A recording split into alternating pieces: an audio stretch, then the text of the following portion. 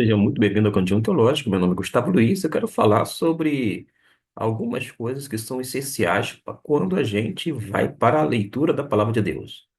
Primeiro, que a gente precisa fazer uma leitura muito cuidadosa, devagar, sem pressa alguma.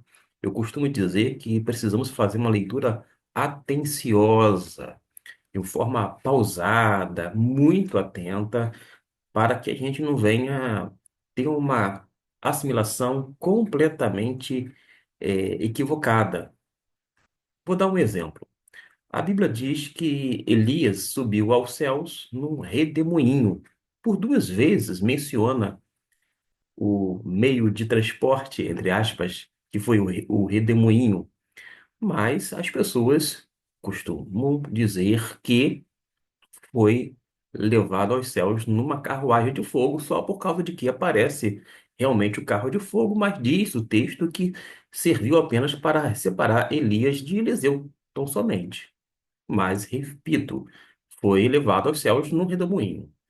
Existem algumas expressões como tudo posso naquele que me fortalece, as pessoas usam fora do contexto. Um outro exemplo é a questão relacionada ao reino dos céus, buscar primeiro o reino dos céus e todas as coisas. As pessoas falam, e todas as coisas, não são todas as coisas, porque todas as coisas são todas mesmo. O texto está falando, geralmente vai encontrar na sua versão, e todas essas coisas ou estas coisas, porque o contexto imediato vai se referir às questões básicas, todas estas coisas. Você precisa fazer a pergunta ao texto: que coisas são estas? E o texto vai responder: é no tocante ao comer, beber e vestir.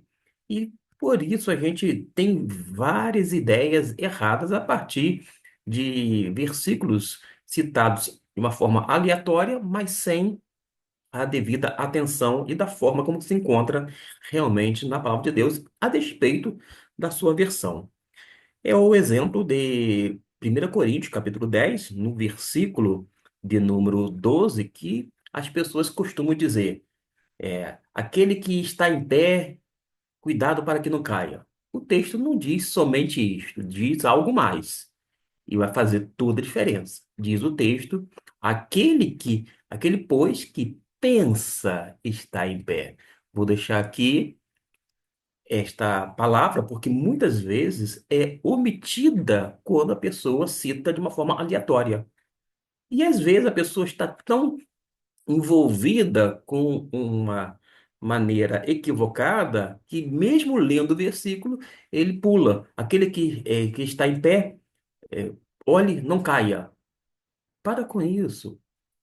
Faça a leitura cuidadosa e vamos agora analisar, sim, o contexto imediato. Vou deixar aqui destacado aquele, pois, que pensa estar em pé, olhe, não caia. Ou, conforme outras versões, cuidado para que não caia. O que o contexto nos diz? Bom, primeiro que o apóstolo Paulo está lembrando os crentes de Corinto do exemplo dos israelitas, conforme o versículo 1 até o 11. Mesmo tendo visto o poder de Deus, o mar aberto, o maná, a água da rocha, muitos caíram em pecados e foram punidos. Aí, ele então diz: se até eles, que tiveram tantas experiências com Deus, caíram, vocês também podem cair se forem orgulhosos. Esta é a questão que a gente precisa aguardar, esse pano de fundo. Agora a gente pode trabalhar um pouquinho. Aquele, pois, que pensa que está em pé, né? Aquele que está em pé, porque todo mundo, de uma certa forma, ele se encontra em pé, mas a pessoa pensa que está em pé, mas na verdade a situação dela é bem complicada. Paulo fala com quem acha que está firme espiritualmente. Talvez por se considerar assim maduro, já que eu sou maduro, eu sou uma pessoa experiente, eu estaria imune à queda. Ora, o fato da pessoa ter 400 anos na vida cristã não a torna imune à queda. Por isso que a metáfora que é utilizada pelo apóstolo Paulo é esta: está em pé está mostrando a questão relacionada à firmeza na fé, hum, que tem uma aparência de estabilidade moral ou espiritual. E muita gente pensa que está em pé, quando na verdade não está conforme a sua imaginação, conforme o seu entendimento. A questão aqui não é estar em pé. A questão que ele está focando é aquele que pensa o perigo da autoconfiança espiritual. Esse que é o perigo.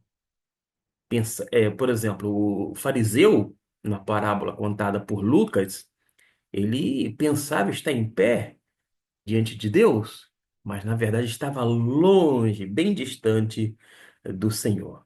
E o texto prossegue aqui diz: olhe, não caia. Algumas versões vai dizer: veja que não caia, cuidado para que não caia.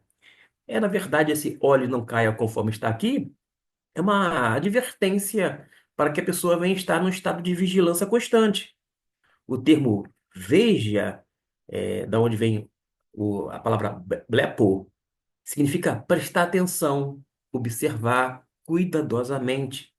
Paulo não diz talvez caia, mas cuidado para não cair. Percebeu? É um alerta real e prático. Cair aqui é cair em pecado, é desviar da fé, é agir contrariamente ao evangelho. O perigo maior, na verdade, não é a tentação em si, mas a confiança em si mesmo ao enfrentá-la. E tem gente que brinca com o pecado, brinca com a tentação, acha que está imune à queda, quando na verdade não é bem assim. O versículo de número 12 já foi lido, aquele pois que pensa estar em pé, olhe para que não caia. Tem esse alerta, cuidado para não cair. Já o versículo 13, a gente precisa considerá-lo dentro do contexto, tem não mais um alerta, mas sim um encorajamento. Deus é fiel para dar um escape. Não vos sobreveio nenhuma tentação senão humana, mas fiel é Deus, o qual não deixará que sejais tentados acima do que podeis resistir. Antes, com a tentação, também dará o meio de saída para que a possais suportar. A gente precisa, naturalmente, entender que um depende do outro aqui dentro desse contexto. Tem que ter o alerta, conforme o versículo 12, mas há também o encorajamento. Se ficar só com alerta, a gente ficaria um tanto apreensivo. Mas a gente tem uma palavra de encorajamento, uma palavra realmente que nos dá uma direção, de modo que a gente pode ficar de maneira segura e entendendo que a humildade evita a queda e a fidelidade vai garantir o sustento, mas a fidelidade de Deus vai garantir o sustento, o fato de permanecer ou continuar em pé. Não podemos confiar em si mesmo. A queda começa quando achamos que não podemos cair. Não, isso aconteceu com outro. Comigo não. Eu estou forte espiritualmente falando, eu estou imune a estas coisas. Eis aí um alerta da parte de Deus. Mas a gente tem um encorajamento da parte de Deus no versículo 13. Não vos sobreveio nenhuma tentação senão humana, mas fiel é Deus. A gente pode se agarrar em Deus, permanecer em Deus para sermos vitoriosos no Senhor. Devemos, ainda assim, orarmos, vigiarmos, porque o mesmo conselho de Jesus foi dado aos seus discípulos para orar e vigiar. Por que nós faríamos diferente se nós também somos seguidores de Jesus? Agora, tem uma coisa que a gente precisa reconhecer, é a graça de Deus. A graça de Deus em estar em pé. Não é o mérito pessoal, não é porque eu sou bom demais, não é porque eu sou um crente e isso me basta. Pelo contrário, é resultado da fidelidade divina.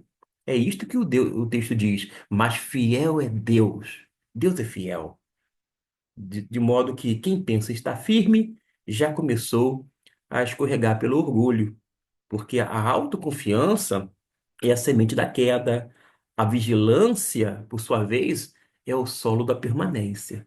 Vamos permanecer vigilantes para continuarmos em pé, porque fiel é Deus. E ainda, ficar de pé não é uma questão de sobre força, é sobre dependência de Deus.